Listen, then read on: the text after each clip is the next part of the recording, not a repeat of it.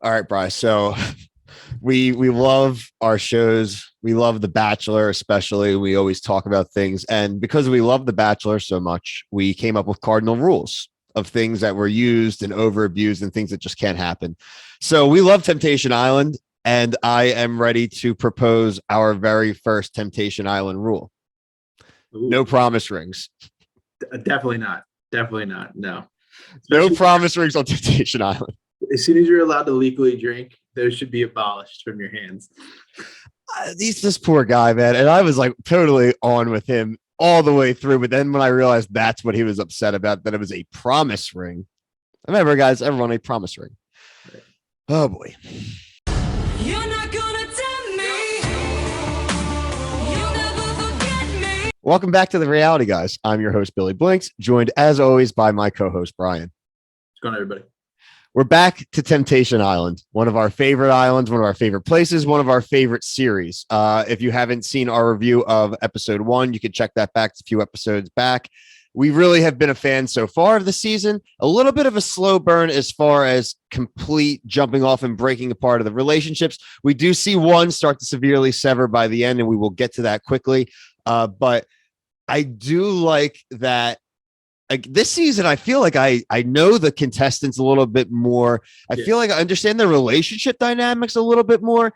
Last season, I think it was very telegraphed. You had the Julian, and they were going to get married. You knew that was going to happen. Exactly. You knew a couple of those. You knew that they were going to break up, Erica, and that you knew that was going to. A lot of this one, though, I kind of take back what I was saying last week. I'm actually pretty curious because it seems like these couples are a lot more open. Like they joke about the open relationship thing, but like they do all seem a little bit open to what this actually is. Like what's the vibe you're getting from the people?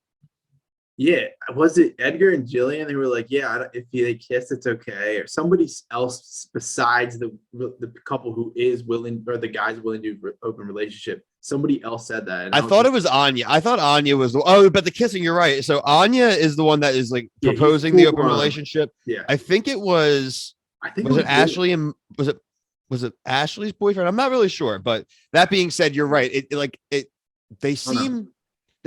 There just seems to be a level of understanding in this, at least so far. Yeah. We haven't even gone through the first full bonfire yet, but there does seem to be a little bit more level of chill, which I appreciate. It just lets us as viewers kind of just accept it for what it is, and that they're not acting like this isn't a weird thing to be going through. Right? Like that was our complaint. We were saying that last week. We're like, how could you expect to go into this show and end up with your partner? But these people don't seem to like after it. Or they're not very. They're all glass half empty in a realistic sense, which we enjoy, honestly. Yeah, it makes for a better show, I think. It's like, so if any of them do end up together, you actually will end up maybe being happy for them. You know what I'm saying? Like anyone who's ended up together so far, we've watched the show. I'm like, what are you doing, guys? Like, what? Except again, I said Julian and them made sense because they didn't mess around and they never like faltered from each other last season. So that made sense. But besides that, like, I mean, let's just get into it, man. They had a chocolate and whipped cream party at the girls' house. It's his first night. Yeah, I don't know, man. I mean, we've only seen 2 bonfires, but man, that girl one, I think there's going to be some tears next week when they see like some of the stuff that was going down for sure. I mean, the Jillian worrying about the promise ring. I mean, talk about somebody who's obviously unhappy. The guy didn't ask her about that ring. She was sitting there and going like, yeah, this is my ring, my promise ring. I don't really know if I like this promise. It's like, nobody asked you about your ring. So obviously you want people to know that you're down. Like, it's all good if you're down. Please talk to me about my ring.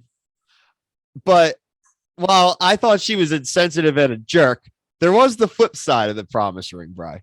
Yeah. So like, I know you were texting me live while you were watching it, right? Like, you're like, oh, he's an ass. And I was like, he probably hasn't gotten to the part yet where she's like, oh yeah, he cheated on me, then gave me the ring.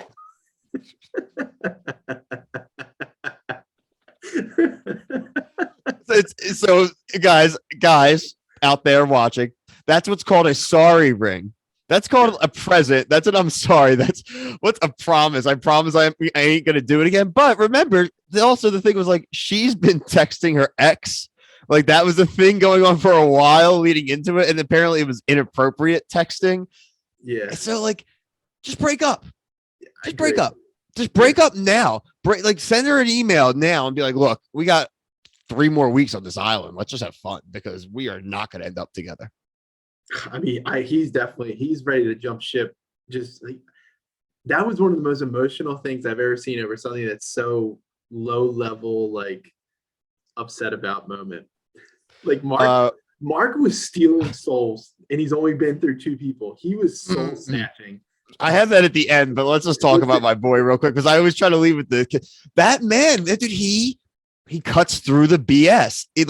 I had his stuff. It's like when he was talking to Edgar about the promise ring stuff, and he said, "Oh my God, she was saying this, and that." Mark literally goes, "That's not what she said, but that's what you heard, right?" Yeah. And it's like the guy it is not just like, that's interesting. That's really good. He's not like trying to prod the guy into getting more upset. He's actually trying to diffuse the guy. He's the only reality TV dating host who actually tries to help these people stay together. Exactly. Yeah. Period. And help it stay together or benefit them individually. Like he's trying some sort of a positive. Mark Wahlberg definitely gives his phone number out to the people and tells them after the fact they can hit him up for advice after the fact. Definitely, for sure. I 100%. I did like we talked about people getting low key mad about some stupid stuff. I think Iris had the line of the episode where during the dating picking option, like where they were all picking their dates, when what's her boyfriend's name? Luke. When Luke picked Juicy, all time name. When Luke picked Juicy and he walks past her to go back to their spot, she goes, "He didn't even look at me. He didn't even look me in the eye."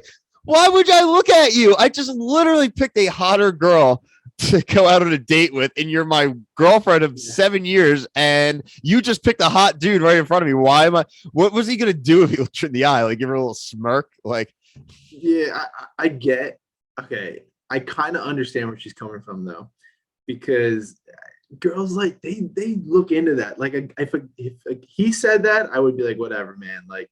Then something's going on, but girls like read into those things, like your little like actions and words, and I can see why. Like even if you just look at it for 1 second, it didn't say anything. Like, oh shit, she's watching. I think that she wouldn't be as mad. we had a lot of other good lines that popped up during that. There was the "I love you too," which was great. What do you mean, "I love you too"? Classic line. So weird. Also, what's his face? Lascelles had a great one. They're like, "What advice would I give this guy?" Just like, make sure he knows that she's a picky eater. I was like, this dude's legitimately giving advice for the guy to have a nice fully date. committed to the process. I mean, he's already apologized. He literally picked the one girl that looked identical to his girlfriend too, and she even called her her doppelganger. Like, "Oh, these are my doppelganger with the weave." I was like, oh, she's coming right for her right now. But honestly, I enjoyed it. This was my surprise, though. I want to get your take. I did not have Ashley as being the first cheater in the house. Nah, me either. And the funny part about that is she's like, I'm really physical. And then she said, like, his body's very different. I was like, yes, I can see why you want to touch his body and you don't want to touch Anya's body because it's a flab of like, of just jello compared to walking around in a Speedo all the time. Compared to Taylor, like that dude's pretty ripped. And Taylor, like, it's Taylor. They had to build the pillow wall, so it's okay. You can make out and stuff as long as there's a pillow wall. As long as you can kiss over it, but if the pillow, there's the no integrity of the wall stays up, no below the belt touching without a pillow. We don't know that something could have slithered under there. Yeah, I don't. That's not going to last. As